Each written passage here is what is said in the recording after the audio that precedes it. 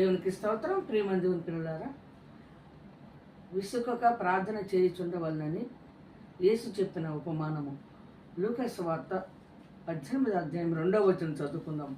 దేవునికి భయపడకయు మనుషులను లక్ష్యపెట్టకయు నుండు ఒక న్యాయాధిపతి ఒక పట్టణంలో ఉండెను.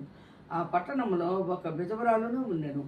ఆమె అతని యొద్దకు తరచుగా వచ్చి నా ప్రతివాదికిని నాకును న్యాయం తీర్చమని అడుగుచూ వచ్చెను గాని అతడు కొంతకాలము ఒప్పకపోయింది. తర్వాత అతడు, నేను దేవునికి భయపడకయు మనుషులను లక్ష్యపెట్టకను ఉండినను ఈ విధవరాలు నన్ను తొందర పెట్టుచున్నది గనుక ఆమె మాటి మాటికి వచ్చి గోదారుకుండినట్లు ఆమెకు న్యాయం తీర్చునని తనలో తాను అనుకున్నాను.